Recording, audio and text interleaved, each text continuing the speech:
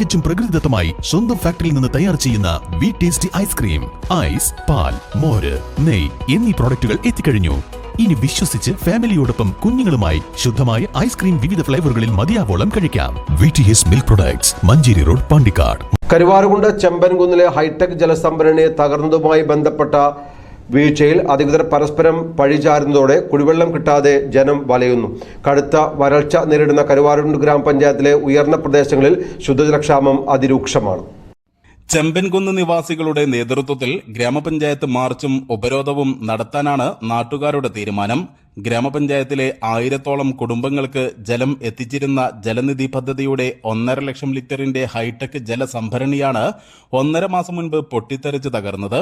25 വർഷം ഗ്യാരണ്ടിയുള്ള zinc aluminium ജലസംഭരണി യഥാസമയം പരിപാലിക്കുന്നതിൽ വീഴ്ചവരുത്തിയതാണ് തകർച്ചയ്ക്ക് ഇടയാക്കിയതെന്നാണ് വിദഗ്ധ സംഘം നടത്തിയ അന്വേഷണത്തിൽ വ്യക്തമായതത്രേ. അന്വേഷണ റിപ്പോർട്ട് കഴിഞ്ഞ ദിവസം അധികൃതർ ഗ്രാമപഞ്ചായത്തിന് കൈമാറുകയും ചെയ്തിരുന്നു. സംഭരണി നിർമ്മാതാക്കളായ കോയമ്പത്തൂരിലെ ശ്രീവാസ്തവ ട്രേഡിംഗ് കമ്പനിയിൽ നിന്നുള്ള ഉദ്യോഗസ്ഥരാണ് പരിശോധന നടത്തിയത്. ചളിയടിഞ്ഞ് ലോഹഷീറ്റുകൾ തുരുമ്പെടുക്കുകയും നോസിലുകൾ ദ്രവിക്കുകയും ചെയ്തിട്ടുണ്ടെന്ന് അന്വേഷണ സംഘം കണ്ടെത്തി. സംഭരണിയിൽ വർഷങ്ങളായി അടിഞ്ഞുകൂടിയ ചളി യഥാസമയം നീക്കം ചെയ്യാനും ഷീറ്റുകൾ ദ്രവിക്കുന്നത് തടയാനും ആവശ്യമായ നടപടികൾ നടത്തിപ്പ് കമ്മിറ്റി ചെയ്തില്ല എന്നാണ് കമ്പനിയുടെ വിദഗ്ധ സംഘം ആരോപിക്കുന്നത്.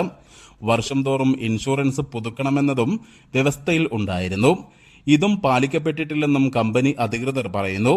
ആയതിനാൽ തകർച്ചയുടെ പൂർണ്ണ ഉത്തരവാദിത്വം നടത്തിപ്പ് കമ്മിറ്റിക്കാണെന്നും സംഭരണി പുനഃസ്ഥാപിക്കാൻ ആകില്ലെന്നുമാണ് കമ്പനി അധികൃതർ അറിയിച്ചിട്ടുള്ളത്.